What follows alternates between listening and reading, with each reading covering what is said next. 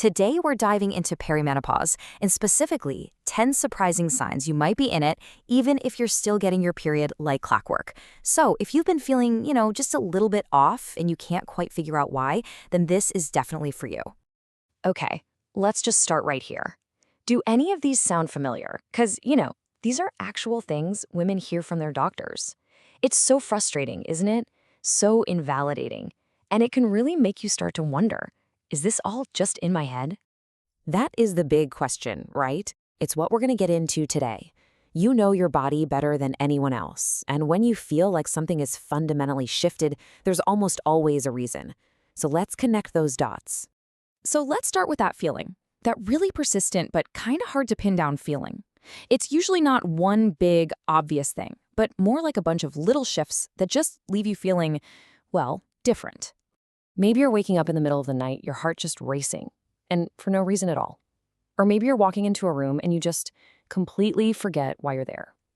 I want you to know this isn't just you being stressed or not getting enough sleep. These are real physiological changes, and let me be really clear. It is absolutely not in your head. So what do we call this whole experience? Well, it's time to decode perimenopause. It's a phase of life that often starts way before most of us are ever taught to expect it. The word itself actually gives us a huge clue. Peri is Greek for around. So this is the transition around menopause, which, by the way, is officially just one day in your life, the day you've gone one full year without a period.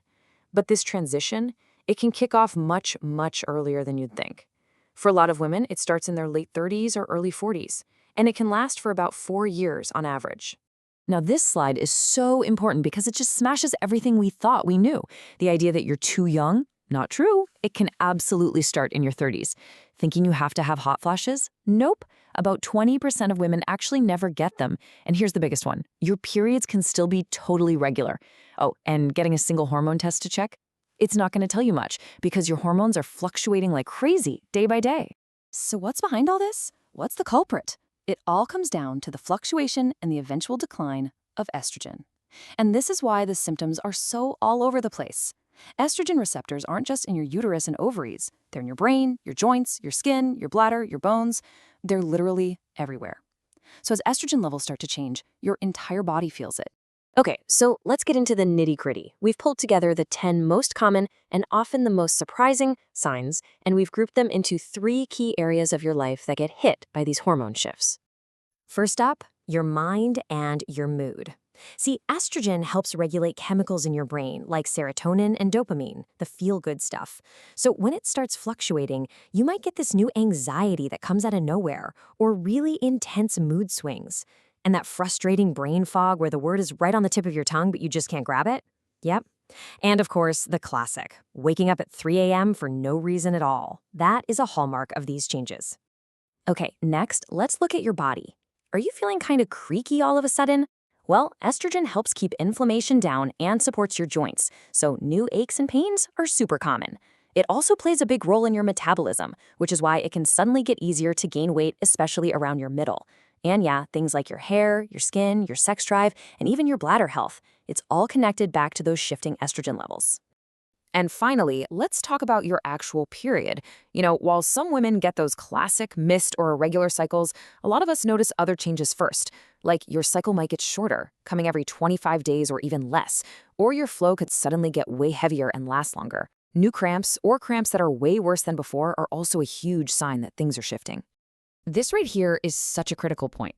If you're having a bunch of these new symptoms, say you're waking up at night, your cycles are getting shorter, and you have new anxiety, but your period is still regular, you are not imagining things.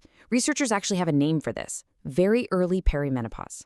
It's that phase where your experience of your body has changed, even if your calendar tracker says everything's the same. Now, this brings up something that confuses a lot of people. So many of these symptoms, moodiness, bloating, feeling achy, sound just like PMS, right? So how on earth are you supposed to tell the difference? Okay, this table makes it so clear. Just look at that first row, timing. That's the whole ballgame. With PMS, you know the drill. It's predictable. It shows up a week or 2 before your period, and then poof, it's gone once your period starts. Perimenopause symptoms, though, they are totally random and they are persistent. They can pop up at any point in your cycle and just decide to stick around. That's the #1 giveaway.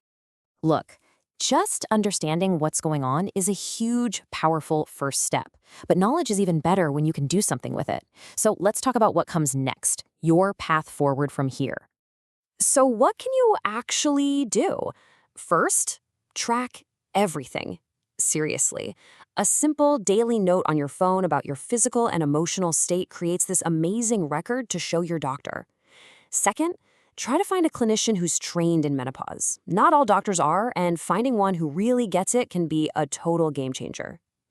And finally, just know that you have options. You do not have to just grit your teeth and power through this. And the support out there is a whole spectrum. It can start with really powerful lifestyle changes, like adding in strength training or focusing on stress. It includes over-the-counter things for specific symptoms, and it goes all the way to medical options like low-dose birth control or hormone therapy that you can talk about with your doctor. The main point is there are tools to help you feel like yourself again. At the end of the day, this isn't an ending. Perimenopause is a transition into the next phase of life. And yeah, it can be really challenging, but with the right info and the right support, it's also this incredible opportunity to prioritize your health like you never have before. So the question really isn't if you can feel better, it's about how you're going to choose to get there.